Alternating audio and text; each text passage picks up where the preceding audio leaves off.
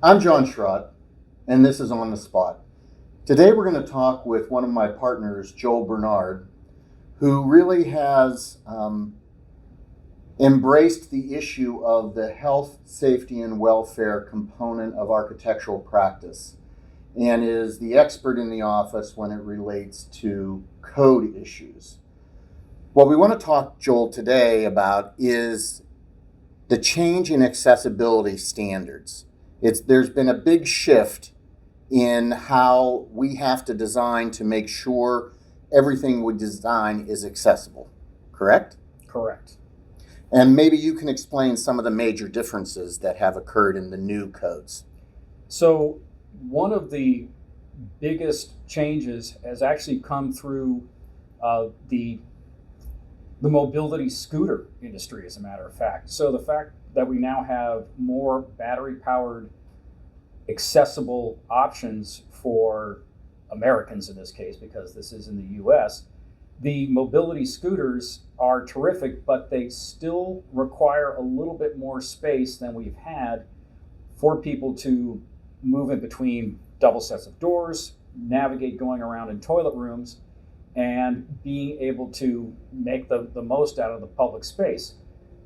So in the new codes, particularly with 2018 of the International Building Code, in new buildings and new occupancies, the sizes of accessible toilet stalls, the distances between sets of doors when you're entering buildings, the turn back spaces on ramps have all been increased by a few inches to better accommodate those with accessibility needs. At the same time, the code recognizes that in existing buildings, there is a much higher threshold to be able to change some of these existing conditions.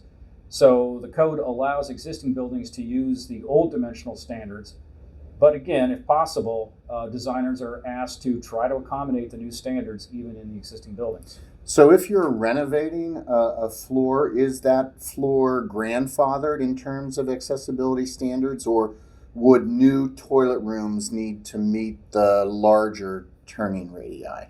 So it's part of that is up to the local authority having jurisdiction.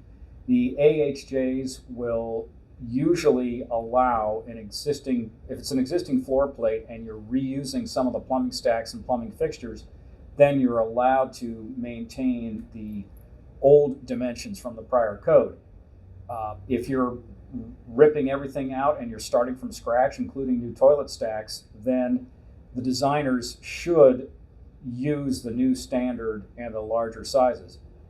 But again, that is on a state-by-state basis. Does it even get to a case-by-case basis with the local AHJ in terms of, do they look at the construction drawings and tell the designer you need to comply with 2018 or not? It can. Most of the time, those kind of decisions come out of, at least in Pennsylvania, those decisions come out of Harrisburg. There's a barriers board, accessibility barriers board in Harrisburg that rules on some of these finer points.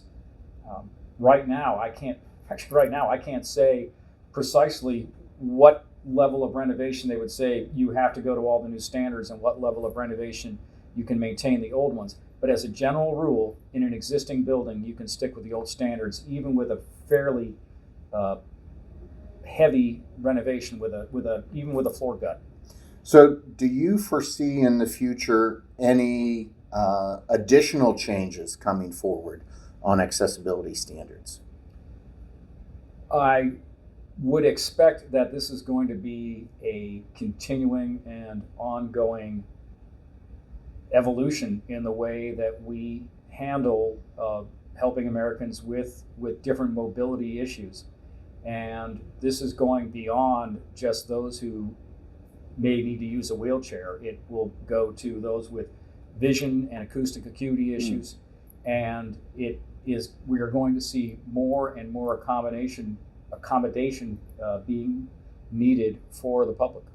That's an interesting thing to really think about, all of the potential issues surrounding us. The auditory issue is an interesting one that I didn't really think about. So thanks for that. So Unfortunately, our time is up. I'm sure you have a lot more to share, but until next time, this is On the Spot.